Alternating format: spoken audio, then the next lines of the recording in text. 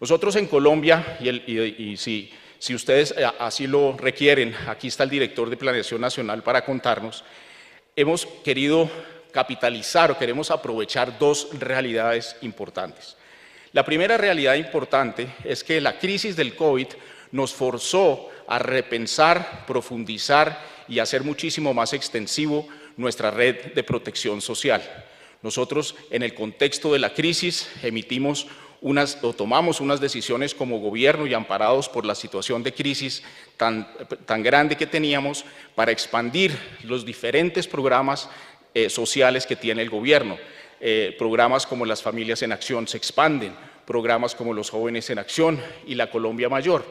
La iniciativa que llevamos aquí es muy importante y quiero subrayarla de manera enfática, y es volver permanente la política de ingreso solidario que se inició prácticamente al mismo tiempo que la pandemia del COVID-19 hizo su aparición en el país. Los programas de transferencias monetarias que existen antes de la pandemia, Familias en Acción, Jóvenes en Acción, se mantienen tal y como existen hoy en día, es decir, no vamos a hacer una sustitución de los unos por los otros, y en ese sentido se modificará en nuestra propuesta la metodología de asignación y de focalización de estas importantísimas iniciativas sociales. Nosotros vamos a definir un ingreso mínimo para los diferentes hogares identificados en situación de pobreza y de pobreza extrema, y vamos a tratar de llegar a un concepto de ingreso solidario sobre la base de ese ingreso mínimo que consideramos el ingreso mínimo que debe tener un ciudadano o una ciudadana en un país con los niveles de ingreso que en este momento tiene el nuestro.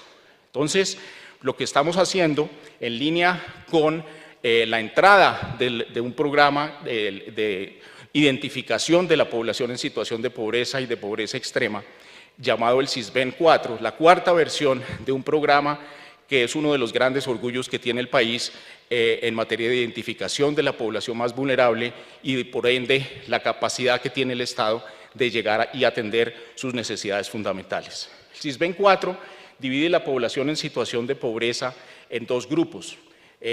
Un primer grupo, que más o menos equivale a unos 1.3 millones de hogares, allí hay 5.3 millones de compatriotas, y el grupo B, que tiene 3.4 millones de hogares, o sea, otros 13.5 millones de colombianos y colombianas en esa situación.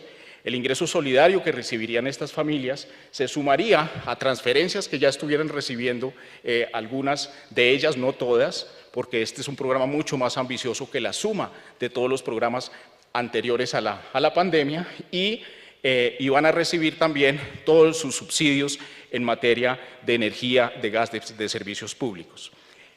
Nosotros estimamos que si el Congreso de la República adoptara estas iniciativas en materia social, nuestro índice de pobreza extrema bajaría casi 6 puntos y nuestros indicadores de pobreza bajarían en casi 3 con estas iniciativas. De otra parte, sería equitativo y reflejaría una enorme solidaridad entre los colombianos que podemos aportar y los colombianos que necesitan esos recursos, y por ende los indicadores de desigualdad se disminuirían.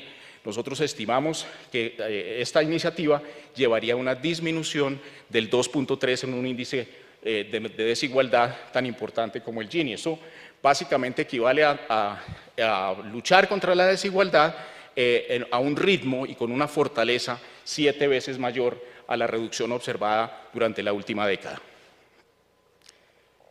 Para ilustrar lo que estamos diciendo, es importante tener el siguiente cuadro en mente.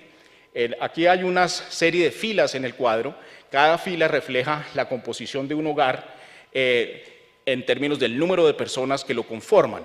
Va entre una persona y 6 personas. Y estamos planteando en las siguientes 2 columnas los montos que recibirían de acuerdo a su ubicación en el espacio de la pobreza colombiana.